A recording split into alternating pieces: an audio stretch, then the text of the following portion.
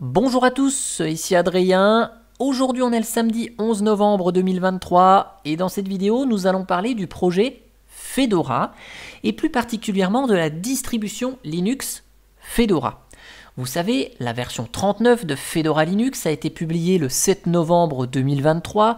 Si vous souhaitez avoir quelques informations sur cette version, je vous renvoie vers la vidéo que nous avons publiée il y a quelques jours sur la chaîne intitulée Fedora 39 est là.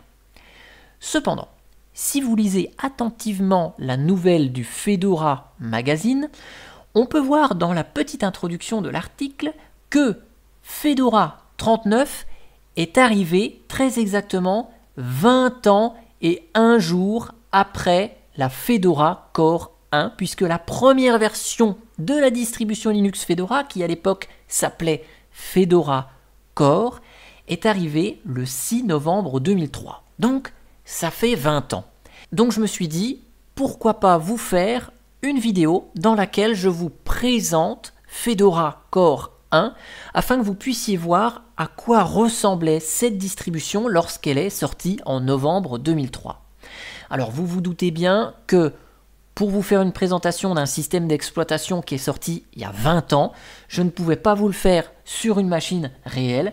Donc on fait ça à travers une machine virtuelle que j'ai installée en février 2022. Ça faisait un moment que je voulais vous faire cette vidéo. Et puis finalement le timing est pas mal aujourd'hui. Alors là, je démarre sur le disque dur de la machine et vous allez voir Grub 093 avec le thème de l'époque qui est relativement pas trop moche, hein. Et au bout de 10 secondes, automatiquement démarre l'entrée Fedora Core. Donc là, on a un petit peu de texte qui s'affiche à l'écran. On n'a pas tout de suite l'écran graphique de chargement tel qu'on le connaît aujourd'hui. Mais à l'époque, regardez, le thème graphique de démarrage est sympa. Et si vous vouliez avoir les détails, Show Details, et vous voyez dans l'écran graphique le démarrage des différents services. Donc c'était assez sympa quand même. Pour l'époque, il ne faut pas oublier qu'en 2003, Windows XP, ça faisait 2 ans qu'il était sur le marché.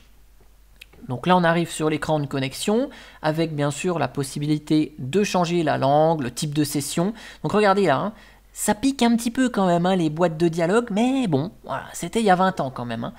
On pouvait redémarrer, arrêter la machine, et donc là, sur GDM, on n'a pas la liste des utilisateurs qui sont créés sur le système, hein. Il fallait rentrer le nom d'utilisateur et le mot de passe, et là, GNOME se charge, on arrive sur l'environnement de bureau GNOME. Et il s'agit bien de l'environnement de bureau GNOME, hein. Clic droit à propos de GNOME, et on voit que c'est la version 2.4.0 à l'époque sur cette Fedora Core 1. Et GNOME était présenté avec une forme relativement traditionnelle, hein, avec une barre des tâches en bas qui contient tout à gauche le menu des applications. Ensuite, on pouvait épingler des applications. On a le sélecteur de bureaux virtuels, oui, parce qu'en 2003, on avait déjà les bureaux virtuels. Puis ensuite, la liste des applications ouvertes, la barre de notification et on retrouve l'horloge. Et au début des années 2000, on aimait bien faire des trucs, vous voyez, comme ça, là, où on a des animations dans certaines fenêtres, notamment dans cette fenêtre à propos, vous voyez les animations où on voit quelques noms de développeurs. C'est rigolo, ça prête à sourire aujourd'hui, ça fait un peu kitsch quand même, hein, mais bon. Donc voilà, ça c'est pour l'environnement de bureau. Le gestionnaire de fichiers de GNOME, il est là, il s'appelait déjà à l'époque Nautilus, et vous voyez que il est très vide. On a juste au niveau des dossiers dans notre dossier personnel, desktop, qui va contenir donc les icônes qu'on a sur le bureau, mais on n'a pas les fameux dossiers qu'on a aujourd'hui, images, documents, vidéos, téléchargements publics, etc. Donc c'était assez vide à l'époque, mais bon, c'est un gestionnaire de fichiers, hein, vous pouviez créer vos dossiers comme vous le souhaitez, ça, il n'y avait pas de souci. Et rappelez-vous, quand on double-cliquait en haut sur la barre de titre de l'application, ça repliait comme ceci l'application dans la barre de titre, hein, ça, par défaut, ça la mettait pas en mode plein écran. Bon, voilà. C'est pour la petite anecdote pour ceux qui n'ont pas connu les premières versions de GNOME ici. Donc voilà pour le gestionnaire de fichiers. On va parcourir rapidement le menu des applications, histoire que vous puissiez voir ce qu'il y avait de livré par défaut dans cette première version de Fedora Core. Et vous allez remarquer que les applications étaient assez nombreuses. Et bien que nous soyons avec l'environnement de bureau GNOME, on allait retrouver des applications KDE dans la distribution. Vous voyez, par exemple, on a KDE Print Fax. Alors oui, c'est vrai qu'aujourd'hui, on n'en voit plus de fax, mais donc on va voir des applications un peu datées quand même. La calculatrice, ok. Donc la calculatrice, bah, on la connaît toujours aujourd'hui, hein, mais vous voyez, on avait des petits accessoires qui sont là. Là, dans la partie bureautique, à l'époque, LibreOffice n'existait pas. Il s'agissait de OpenOffice. Et si je vous lance, par exemple, le traitement de texte, openoffice.org Writer, bah, vous allez voir que c'est la version 1.1, vous l'avez vu succinctement. Et bah, c'était quand même pas mal. Il faut se rappeler qu'en 2003, on avait en face Microsoft Office 2003. Et donc, on a quand même une suite bureautique ici, bon, avec des pop-up un peu qui traînent comme ça, mais on a une suite bureautique classique qui ressemble vraiment franchement à ce qu'on connaissait dans le monde Microsoft, Microsoft Office 2000, 2003, donc vraiment dans le même état d'esprit ici, rien d'extraordinaire dans cette suite bureautique, juste que c'est OpenOffice 1.1, ça nous rajeunit pas tout ça. Ça, c'était la suite bureautique. Ok, donc on a même des outils réparation d'OpenOffice.org, ça fait un peu bizarre parce qu'on a vraiment l'impression que la suite bureautique pouvait casser par moment. Dans graphisme, alors il faut que je vous montre quand même à quoi ressemblait GIMP à l'époque, qui s'appelait The GIMP. C'était pas GIMP, c'était The GIMP. Et donc, quand on lance The GIMP, donc on avait ce petit assistant ici, donc on va continuer, bon vous voyez c'est un peu, ouais ok. On a plus ça maintenant. Et alors, vous allez voir la tronche de The GIMP à l'époque, il n'y avait pas ce mode fenêtre unique. Et donc, voilà à quoi ressemblait The GIMP à l'époque. Donc, super. 1, 2, 3 et 4 fenêtres qui se baladent. Et donc, si vous vouliez commencer à traiter des images, eh bien, fichier nouveau, je vous fais une nouvelle image. Vous voyez d'ailleurs, la résolution par défaut d'une image à l'époque, c'était 256 par 256 pixels. Et là, ça nous faisait une 5e fenêtre. Heureusement quand même que le mode fenêtre unique est arrivé parce que franchement, GIMP, c'était très difficile à prendre en main quand on pouvait avoir des Photoshop éléments livrés sur des CD avec son graveur CD à l'époque. On avait ça, on avait Photoshop éléments. Il était quand même beaucoup plus convivial, Photoshop éléments, que GIMP avec toutes ces fenêtres. Aujourd'hui, c'est vrai que le mode fenêtre unique, c'est quand même un sacré soulagement dans cet outil de retouche d'image. Dans la partie Internet, on avait déjà à l'époque Evolution, le courrieleur de GNOME, que j'utilise d'ailleurs toujours. On avait le navigateur web Mozilla, et oui, à l'époque, il ne s'appelait pas Firefox encore, à propos de Mozilla, sa version 1.4.1. Vous voyez qu'à chaque fois, c'est une nouvelle fenêtre qui s'ouvre. Il n'y avait pas d'onglet à l'époque. Je ne vais pas aller sur Internet avec ce navigateur parce que dans tous les cas, ça ne va pas s'afficher correctement tellement il est vieux. Dans la partie jeux, alors on a énormément de jeux, hein, des jeux en provenance de l'environnement de bureau KDE, hein, tous ceux qui commencent par un K ici. Ça fait vraiment beaucoup de jeux quand même hein, pour une distribution Linux à l'époque. Dans les outils système, alors on va avoir plein d'outils qui aujourd'hui, certains d'entre eux existent encore, d'autres sont complètement inutiles. Là on avait de quoi graver des CD. C'est marqué CD, hein, pas DVD. Hein.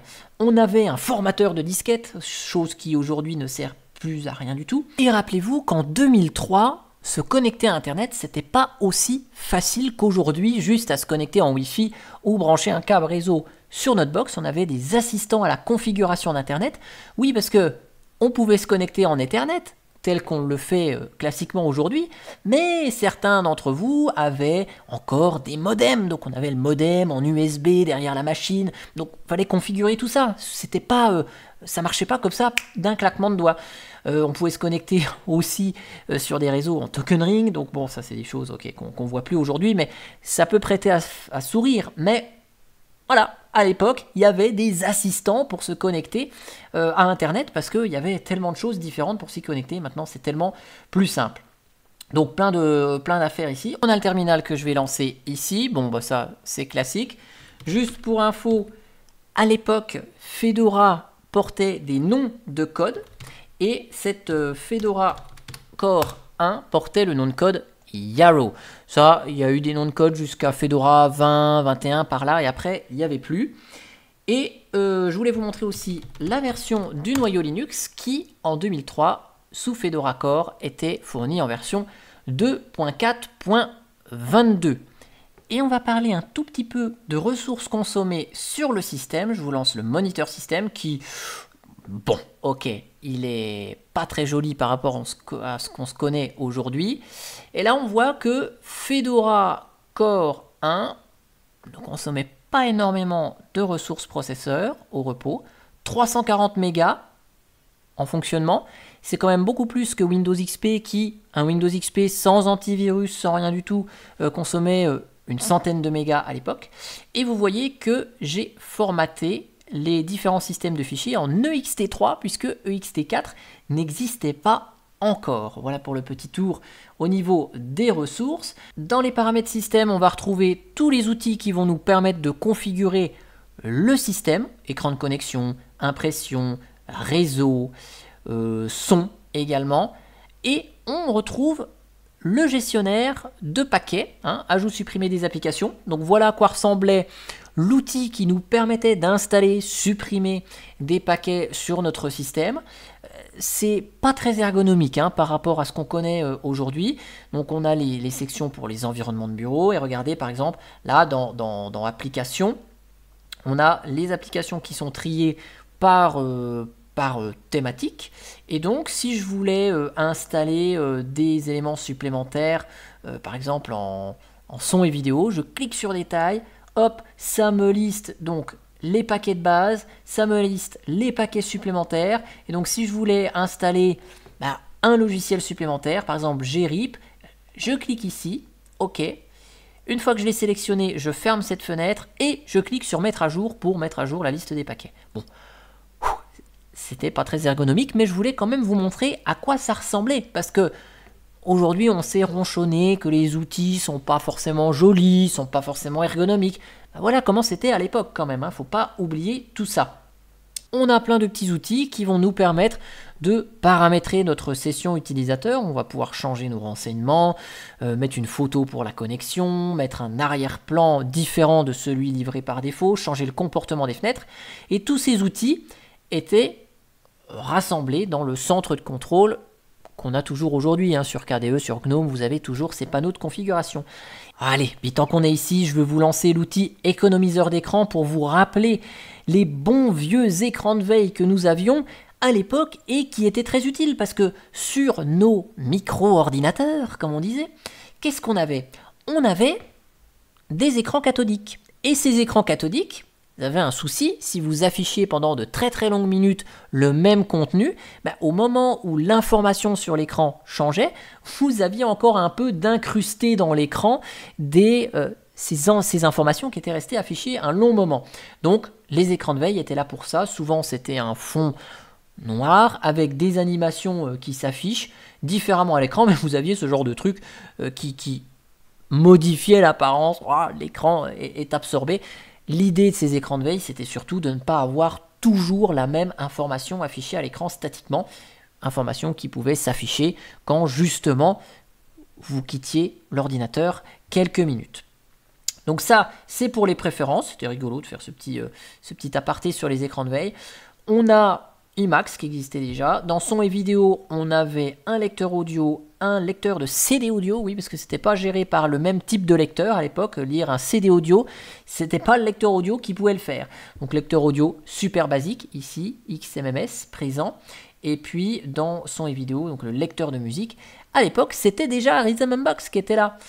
Donc je vais ignorer juste cette étape. Et voilà à quoi ressemblait le lecteur de musique de GNOME qui n'a pas pris quasiment une ride aujourd'hui, il a toujours la même disposition, c'est juste le thème qui a un petit peu changé quand même. Mais il était déjà là, ce lecteur de musique. Et puis depuis ce menu, on avait l'accès à l'aide, à notre dossier personnel, à la petite boîte de dialogue qui nous permet de lancer des applications si on connaissait le nom de l'application, ou lancer des commandes dans un terminal. Et puis, une fois qu'on a fini d'utiliser notre système, on pouvait fermer la session, éteindre ou redémarrer l'ordinateur et la possibilité d'enregistrer la configuration actuelle. Ça veut dire que si vous aviez des applications lancées, vous pouviez enregistrer tout ce qui était lancé, vous éteignez l'ordi et au moment où vous rallumiez, toutes les applications lancées se redémarraient. En tout cas, j'espère que cette vidéo sur la Fedora Core 1 vous aura plu. N'hésitez pas à partager votre expérience dans les commentaires autour de cette vidéo, voire même de votre expérience personnelle. Quelle a été votre première distribution Linux? Quelle était sa version et en quelle année c'était? Et moi, je vous dis à bientôt pour une prochaine vidéo. Allez, ciao ciao, bye bye.